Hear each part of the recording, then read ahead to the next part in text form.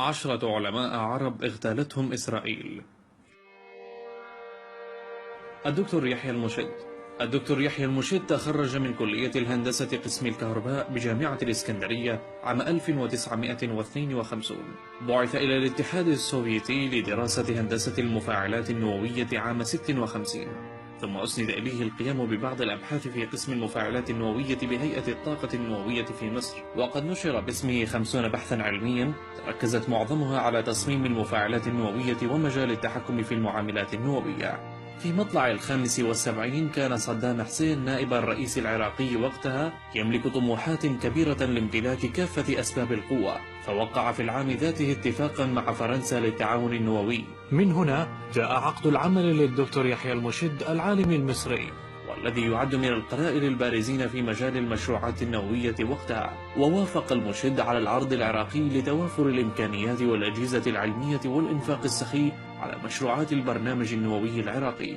وفي 13 من يونيو تموز عام 1980 وفي حجرة بفندق الماريتيان بباريس عثر على الدكتور يحيى المشد جثة هامدة مهشمة الرأس، وقيدت القضية ضد مجهول.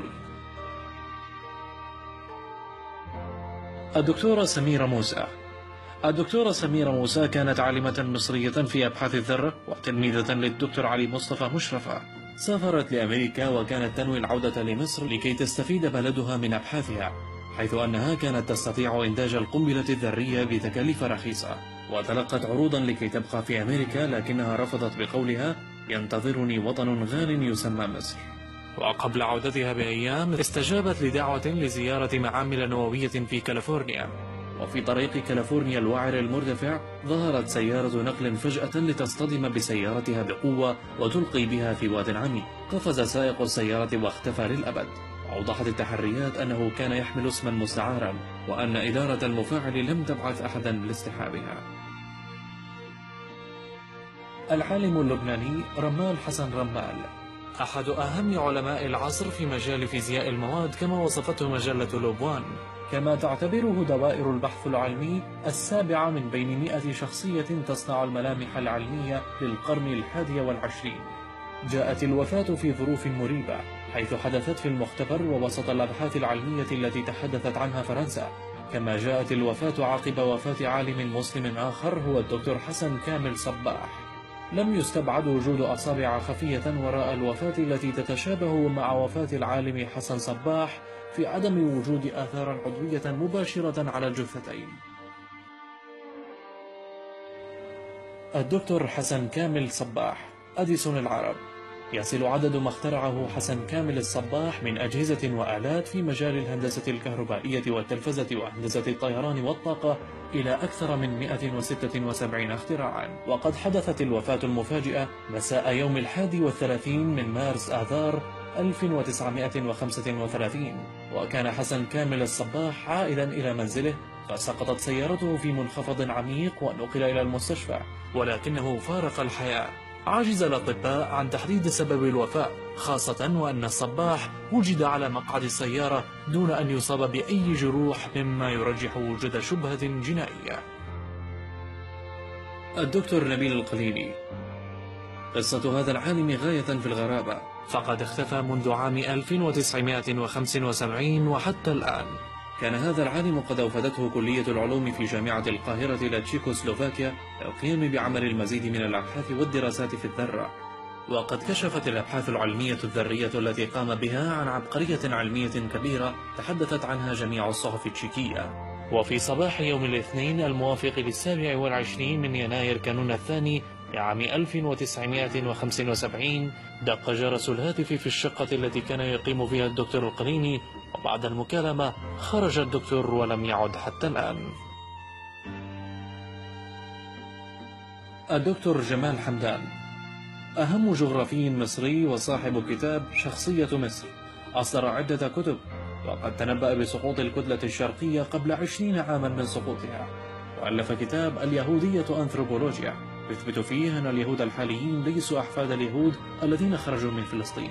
وفي سنة 1993 عثر على جثته والنصف الأسفل منها محروقا، واعتقد الجميع أن دكتور حمدان مات متأثرا بالحروق، ولكن ثبت بعد ذلك أن الفقيد لم يمت مختنقا بالغاز، كما أن الحروق ليست سببا في وفاته لأنها لم تصل لدرجة أحداث الوفاة. واكتشف المقربون من الدكتور حمدان اختفاء مسودات بعض الكتب التي كان بصدد الانتهاء من تأليفها، وعلى رأسها كتابه اليهودية والصهيونية.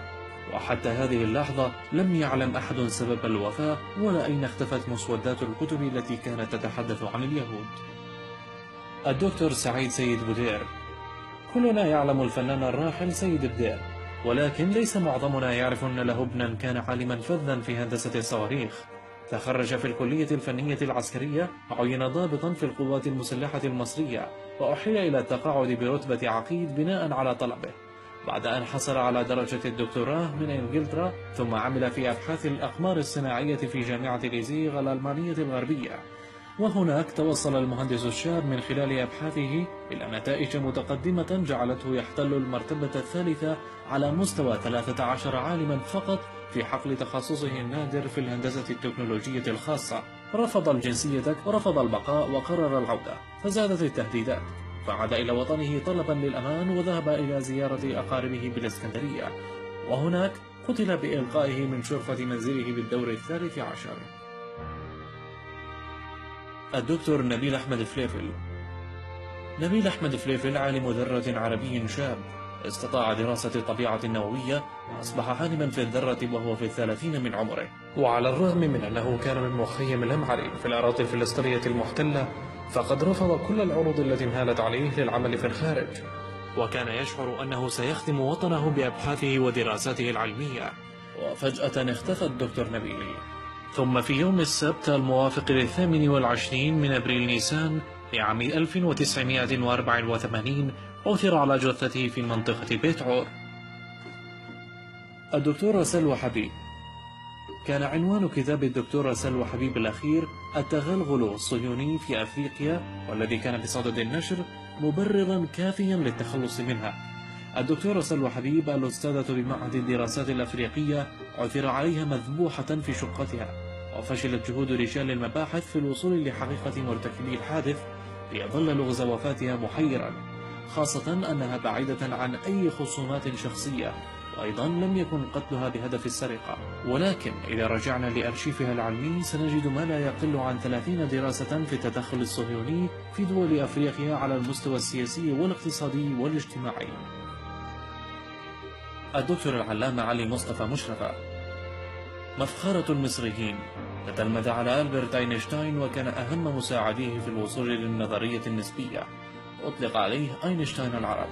مات الدكتور مصطفى مشرفة مسموما في 16 من يناير كانون الثاني لعام 1950.